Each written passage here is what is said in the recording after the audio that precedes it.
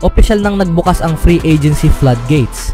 Pwede nang magsimulang makipagnegosasyon ang mga team sa iba pang mga pending free agents habang opisyal nang itinakda ng NBA ang salary cap sa $154.647 million for the 2025-26 season.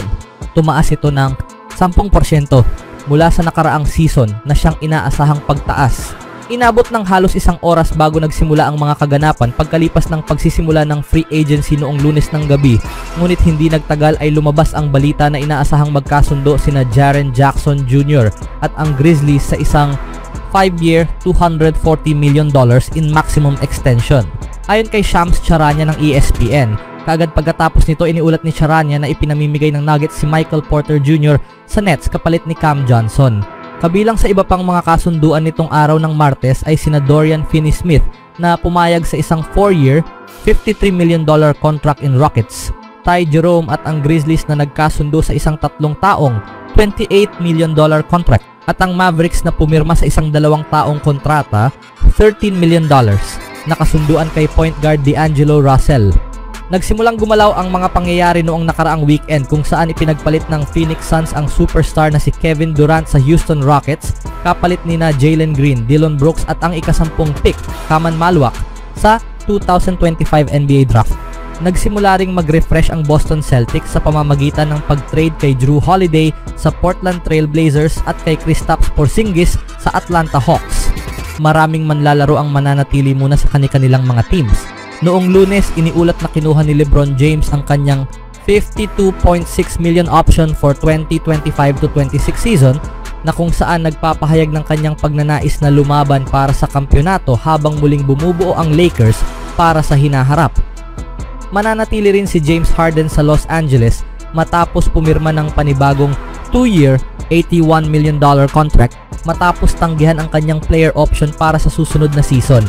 Mananatili rin si Julius Randle sa Minnesota matapos umanong pumayag sa isang 3-year, $100 million contract for Timberwolves. Kabilang sa iba pang mga kilalang potential free agents ay sina Miles Turner, Jonathan Kuminga at iba pa. Tyus Jones sa Orlando Magic. Ang pagpirma kay Tyus Jones ay malaking panalo para sa Orlando. Kailangan pa rin ng Magic ng point guard play at mapagkakatiwala ang outside shooting. Ibinibigay ni Tyus Jones ang pareho at inaasahang kikita lamang ng $7 million sa kanyang 1-taong kontrata sa franchise. Ang 29 na taong gulang ay nakashoot ng 41.4% sa kanyang mga 3-point attempts sa nakalipas na 2 taon na dapat nababagay sa team ng Magic na pinapahalagahan ang outside shooting ngayong off-season. Nickeil Alexander-Walker nasa Hawks na, pumirma ng 4-year, $62 million deal for Atlanta Hawks. Ayon kay Shams Charania ng ESPN, isang malaking pagtaas ng sahod para sa Canadian swingman na naging matatag na 3-and-D contributor sa loob ng 2 taon sa Minnesota at ngayon ay papasok sa kanyang prime na may pagkakataong magpatuloy sa kanyang pag-unlad. Si Alexander Walker, 26, ay naging mahalagang bahagi mula sa bench para sa Timberwolves na umabot sa magkasunod na Western Conference Finals. Ngunit dahil parehong nangangailangan ng bagong kontrata sina Naz Reid at Julius Randle at may nakakontrata na sina Anthony Edwards, Rudy Gobert at Jaden McDaniels, at dahil sa banta ng second apron, napilitang pakawalan ng Minnesota si Alexander Walker at napunta siya sa Hawks. Isa si Trae Young ang tumulong sa Hawks na nag-recruit dito sa kanya. Brook Lopez Clippers nagkasundo sa 2-year, $18 million deal. Mula kay Kevin O'Connor ng Yahoo Sports, mas babagay kay Brook Lopez ang maging bench player sa likod ni Ivica Zubac. Sobra ang iniatang ng Bucks sa kanya sa yugto ng kanyang karir na ito. Nakakatuwang isipin kung gaano kadalas makikita si rookie Yannick Conan Niederhauser. Caris LeVert patungong Detroit sa 2 taon, $29 milyong na deal, $29 million deal. Matapos matrade mula Cleveland papuntang Atlanta noong nakaraang season, si LeVert ay patungo na ngayon sa Detroit. Ayon kay Shams Charania ng ESPN, babalik ang dating Wolverine sa Michigan para sa kanyang ika-10 NBA season. Advantage ito para sa Bulls. Matapos makuha ang kontrata ni Michael Porter Jr., may natitirang $17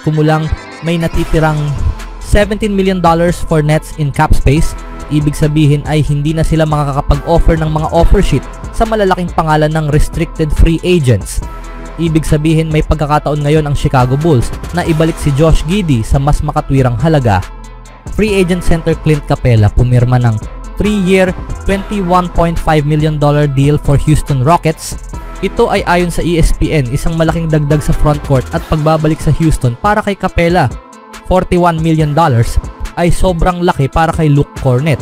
Pumirma si center Luke Kornet sa San Antonio Spurs ng 4 na taong kontrata na nagkakahalaga ng $41 million na tila sobra ng mga $21 million. Isa siyang solid third string center at pwedeng gamitin sa jumbo lineups kasama si Victor Wembanyama, pero tila masyadong sabik ang Spurs dito. Ang veteranong guard na si Dennis Schroeder ay na-trade sa Sacramento Kings ayon kay Fred Katz ng The Athletic. Ayon sa ESPN, pumirma si Kevon Looney ng 2 taong kontrata na nagkakahalaga ng $16 million for Pelicans. Ayon kay Life Sports Agency CEO Todd Ramazar, ito ay kasunduan para sa 3 beses na NBA champion na aalis na sa Golden State matapos ang 10 taon. Mananatili si Kevin Porter Jr. sa Milwaukee sa 2-year $11 million deal. Ayon kay Shams Charania ng ESPN, ang 25 taong gulang na guard ay na-trade sa Milwaukee noong Pebrero matapos ang unang kalahati ng season sa Los Angeles Clippers. Na-draft si Porter Jr. ng Bucks noong year 2019, ngunit agad siyang na-trade sa Cleveland Cavaliers. Pumirma siya sa Clippers noong nakaraang summer, ilang buwan matapos ang plea deal kaugnay ng kasong domestic assault.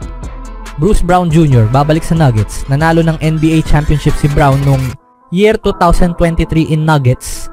At matapos dumaan sa Indiana, Toronto at New Orleans, babalik siya sa Denver. Ty Jerome pumirma ng 3-year $28 million deal for Grizzlies. Ayon kay Shams Charania ng ESPN, pumirma si Ty Jerome ng 3 taong $28 milyon na kontrata sa Memphis Grizzlies, kaya't agad na nawala sa merkado ang isa sa pinakahinahanap na scoring at playmaking guard ngayong 2025 free agency. Magdiriwang ng ika-28 kaarawan si Jerome sa Hulyo 8 at mula siya sa breakout season sa Cleveland kung saan nagtala siya ng 12.5 points per game in decent shooting splits, 52, 44, 87 in 19.9 minutes per game for 70 games. Isang kampanyang nagtulak sa Cavaliers sa 64 na panalo at number 1 seed sa Eastern Conference. D'Angelo Russell pansamantalang papalit kay Kyrie Irving, $13 million. Sa loob ng 2 taon, ito ang bagong kontrata ni D'Angelo Russell sa Dallas Mavericks kung saan siya ang pansamantalang papalit kay Kyrie Irving na nagpapagaling pa sa ACL tear. May chemistry na si Russell kay Anthony Davis, kaya't makakatulong ito sa kanilang ugnayan sa court. Jake LaRavia nasa Lakers na. Hindi nagtagal bago nahanap ng Lakers ang kapalit ni Dorian Finney-Smith dahil pumirma sila ng 2-year deal kay forward Jake LaRavia sa halagang $12 million na tila isang steal dahil sa kanyang all-around game. Magandang galaw ito para sa Lakers lalo na sa presyong yon. Magandang negosyo. Dorian Finney-Smith lumipat na sa Houston.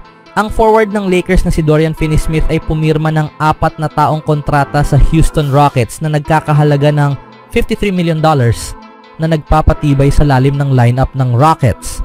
Malaki ito para kay Finney-Smith, lalo na't kamakailan lang silang nag-trade para kay Kevin Durant at nag-extend kay Jabari Smith Jr. Ngunit malinaw na all-in ang Rockets ngayong summer at papasok sila sa 2025-26 season na isa sa mga team na lalaban para sa kampyonato. Ayon kina NBA insider Chris Haynes at Shams Charania ng ESPN, inaasahan si Jordan Clarkson na sasali sa New York Knicks matapos siyang makalampas sa waivers. Ito ay kasunod ng ulat ni Charania bago magsimula ang free agency kung saan sinabi niyang nagkasundo na si Clarkson at ang Utah Jazz sa isang contract buyout bago pa man ang huling taon ng kanyang dating kontrata. Dagdag pa ni Charania, maraming playoff contenders ang inaasahang interesado sa veteranong guard. Nagbigay rin ng reaksyon si Clarkson sa social media kaugnay ng balitang ito. Inaasahang mayroon pang darating na mga trade, extension at signings ang mangyayari mga kaibigan sa paparating na araw. Ano sa tingin nyo sa mga balitang ito mga kaibigan?